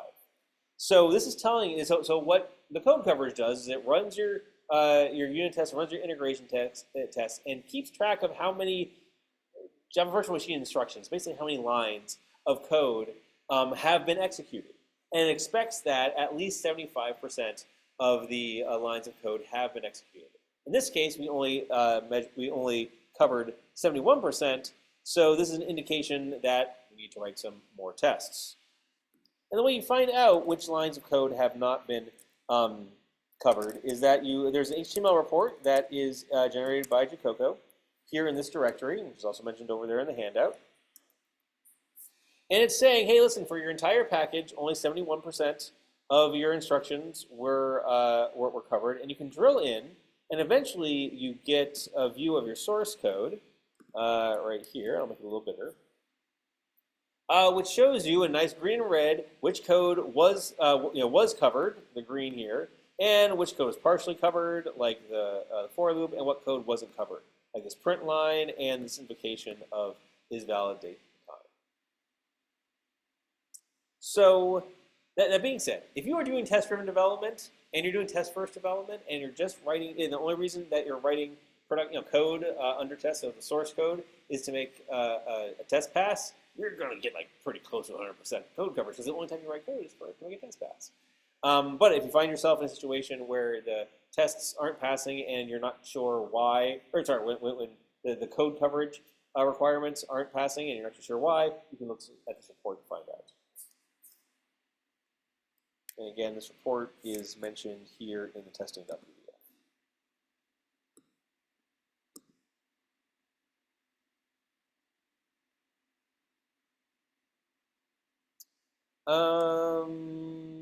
Just some more notes here. Again, I'm going fast because we got lots to cover. I do expect you though to read these yourself and to grok them. Please feel free to ask any questions. Oh, here's a really important thing. Okay. You cannot call, please don't call system.exit in your code. Just don't even type system.exit. System.exit exits the Java virtual machine. And if you're in the middle of running a unit test and you exit the Java virtual machine, the test framework is very unhappy. It's like, wait, what just happened here? And, the Maven build fails, all that kind of stuff. So, so if you see like, messages like process finished with exit code, or like this kind of error message from Maven, then go find that call system.exit and just remove it. Return from the method instead, or throw an exception or something, and then it gets handled. Do not call system.exit.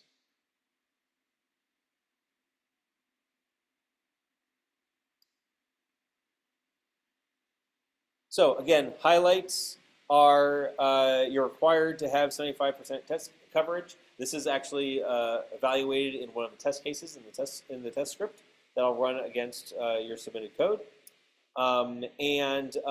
Do read this handout because there are lots of little details that students have encountered over the years. Little kind of foo-foo things with Jacoco, error messages from IntelliJ that are very confusing. I've tried to capture all that knowledge here in this PDF.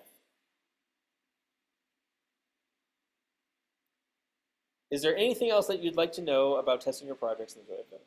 Yeah.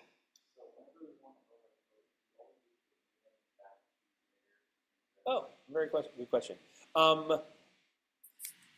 Do you need to run? So, should you always run, clean verify or -p grader? Not every time.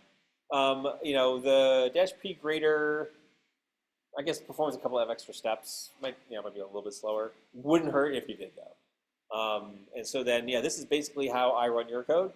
And so then, if you want to do the same, it's a fine thing. Question.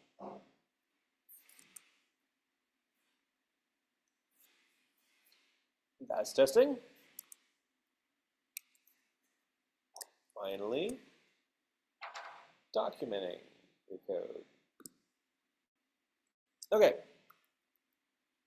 So we're going over all the requirements tonight. That's why there's so much. But as you're finding out in this class, it's not just about writing the code. It's about writing. It's about producing software. It's about more than just it's like, oh, good. I think I got it to work. In here, we demonstrate that it works, and we tell people about how it works. So there are a couple of documentation requirements for the course. Because, well, documentation is important. Documentation is about communicating about what and we communicate a couple of things. We're going to communicate about what we're going to do, and then we're going to communicate what we did, and then we're going to communicate about our code. So the first mechanism is called the plan of attack. So you don't need to do it for the koans, but for project one, they're a part of the grade, and actually, if we go and look in that footnote, oops, no, that's not it. I want to go open up again, I guess. Project one, as I think some of you might have noticed, the project is worth 6 points with a little footnote, and that first footnote says 5 points for the code. And by the way, this is 5 points out of your final grade. That's just the way I grade here. So it's like 6% of your grade is project one, 5% of your grade is the code for project one, and then 1% is the plan of attack, the POA. The plan of attack is an email that I ask that you send to me 3 days, so 72 hours. So that's Sunday night when they're due on Wednesday, before the project is due. And so then basically what it does is it describes in a couple of paragraphs what your project's going to do, what you're going to implement. And please send it to me in the body of an email. Don't send me a PDF attachment. Don't make me click too many things. Again, here. And just tell me what you're going to do. And please make sure that the email has the letters POA in the title. And the name of the project. So POA Project 1 for the subject. I use email filters to get this out of my inbox because there are a lot of them on Sunday night. But just do note that if you have like some urgent email for me, don't put POA in the subject because I'm not going to see it. And so please email that to me 3 days before the project is due. In addition to it being a forcing function for you to write about your project in a way that I can understand, it also forces you to start in on it more than the last minute. So then, you at least need to think about your project and sketch it out a little bit a couple of days in advance. Is there something else that you'd like to know about the plan of attack?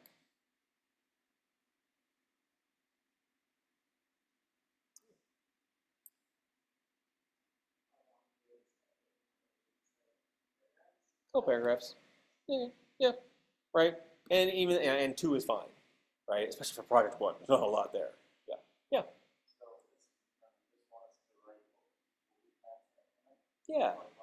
Yeah. So and here again, I'm looking for a demonstration that you've understood the assignment and you're thinking about how you're going to implement it. Yeah. So there's not a lot of right or wrong. It's just a matter of like, hey, have you demonstrated that you've put a little bit of time into it?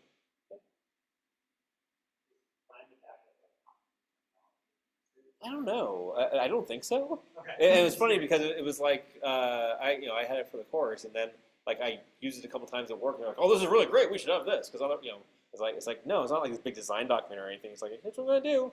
Heads up, right? Yeah. So yeah, we're not really attacking, but yeah, it's a little violent. It's more about the plan, I guess. Yeah.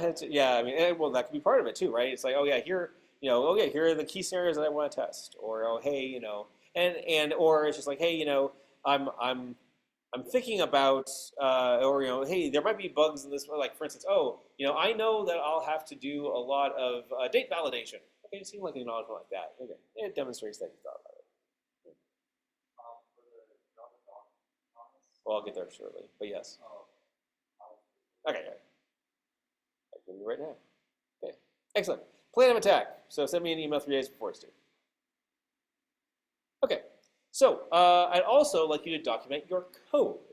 Um, you know, Comments are going out of style, but when you write an API, you want documentation for the API. And so then I want you to get some practice at this. So there's a tool called JavaDoc. I talk about it in the Java language lectures that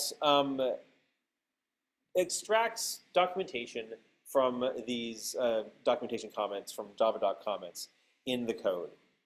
And, well, actually, let's see here. I've probably got an example that I can show you here. So, actually, no, I don't, wait, actually, is it created Maven JavaDoc? No. So if we run the Maven W JavaDoc :JavaDoc goal, this will build an HTML report that's extracted from the, actually this one's not so interesting. I'm going to do student. I think student has a better example of it.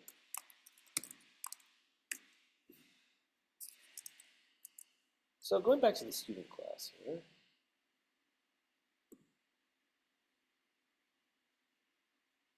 Oh, let's go the fast way. So go the super fast way. Student.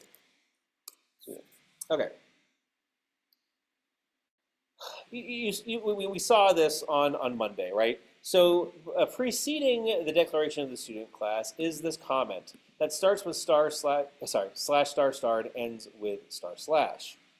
And you saw a similar comment here for the student constructor. These are called JavaDoc comments, and they have a format, and they have these tags here that do things like describe a parameter. So and this is why.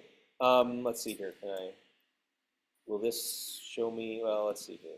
If I hover over this, yeah, like right here, it tells you, IntelliJ will interpret that Java.comment comment and then tell you the description of all those parameters. There's also a tool called JavaDoc that will generate an HTML report for, let's see here, JavaDoc. Oh, let's see here. Is it under reports? Where is it? API docs. Yeah, probably index.html.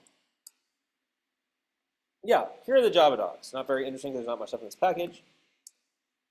But this is, and I'll make it a little bigger, this is an HTML file that is generated from the Java doc.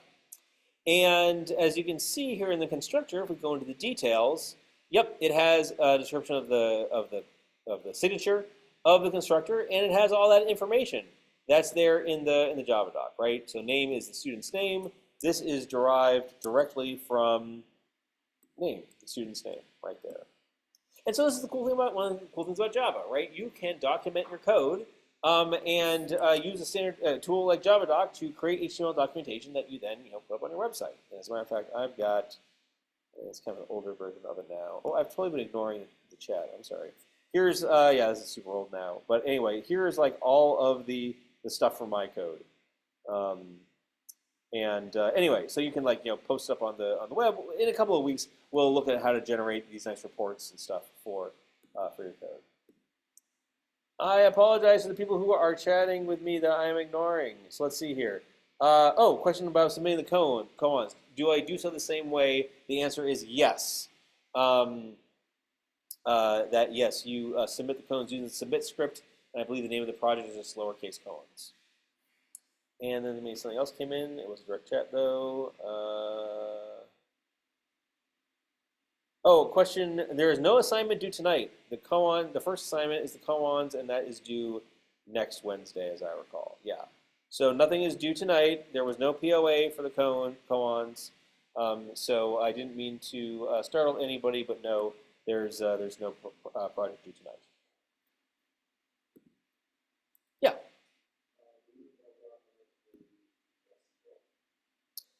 Good question. Tests do not need to be Java docs. Only the main code. And let's see here. I do have somewhere in here.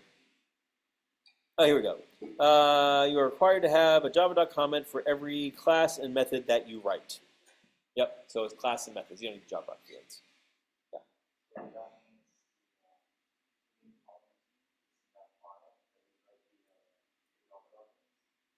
Say that again, please. I'm sorry, I didn't hear you.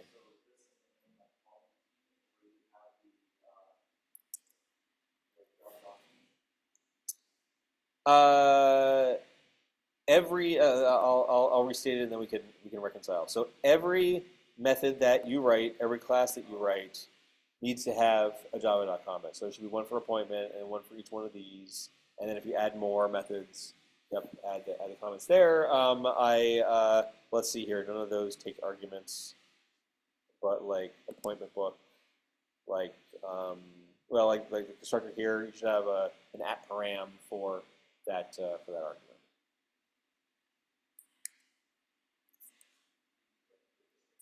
Yep.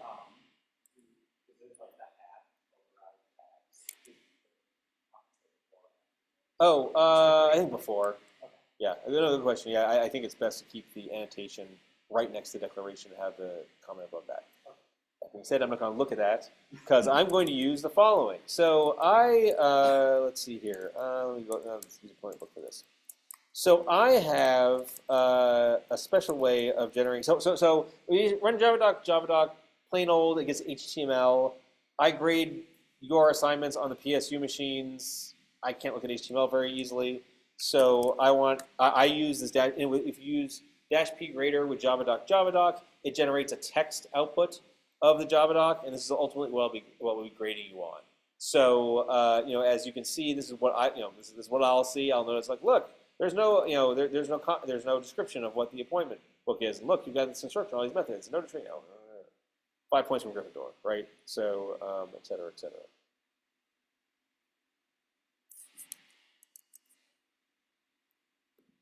This is where you can learn more about the JavaDoc tool and the JavaDoc format.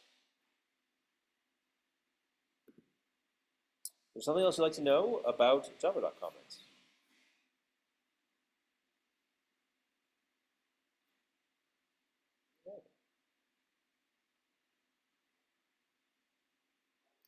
Last but certainly not least, there's the README. Okay, so there was a README option for your project one, and actually every project will have a README of some sort. The idea here is that in addition to the command line usage, in addition to the plan of attack, I'd like the program itself to output a description of what it does and how it does it. Here again, it's like smaller than POA. It's like a paragraph that sort of summarizes everything.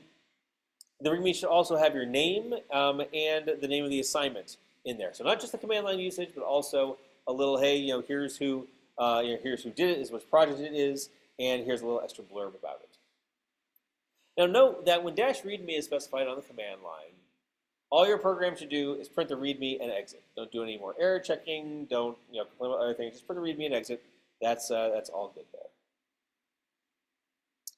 Now, you can implement the README as just like static text there in your source code in a big string, et cetera, but it's not the nicest way of doing that. There is an API in Java called the Resources API. And the whole idea of the Resources API is that it lets you get at what are called program resources. These are things like a static text file that might be long, or an image if you're going to display an icon or something like that. Here is an example of how to use the Resources API to get the contents of your README and then print it out. Well, actually, I guess it puts it all into. Let's see, we got buffered reader, and then reads each line of it, and it prints out that it contains this is a README file. Because over here in the resources directory in your main, there's a file called readme.txt, and this is where you can put your README. So you can put the text of your README here, so you can just edit as a text file, so it's easier to have like new lines and things like that. Then in your main method, you're going to need to invoke code like what's here in project one test to print out your README. So I encourage you to use this. It's a little advanced for the first project, so it's like, hey, if you spent more than half an hour and it's not working, just hard code it. It's okay, we can get back to it later. Because you haven't learned about the input stream APIs and buffered readers and things like that. You'll be learning that for project two. I do encourage you to use this API in your main method or in your main class to print out your README. And the README is loaded from this file here in your resources. Yeah.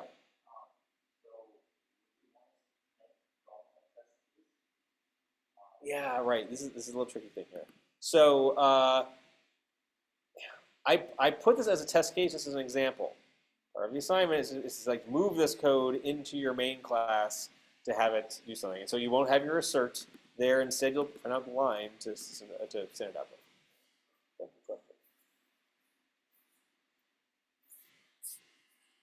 So, and by the way, you should not need to change this line of code.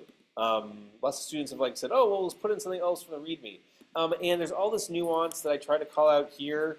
Actually, no, I call it out in project two.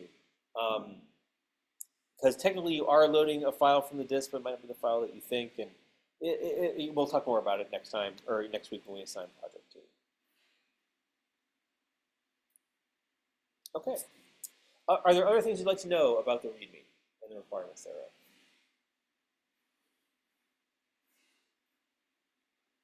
Okay, that's a lot. I usually don't speak to words that much. Usually I code in front of you all, so I apologize.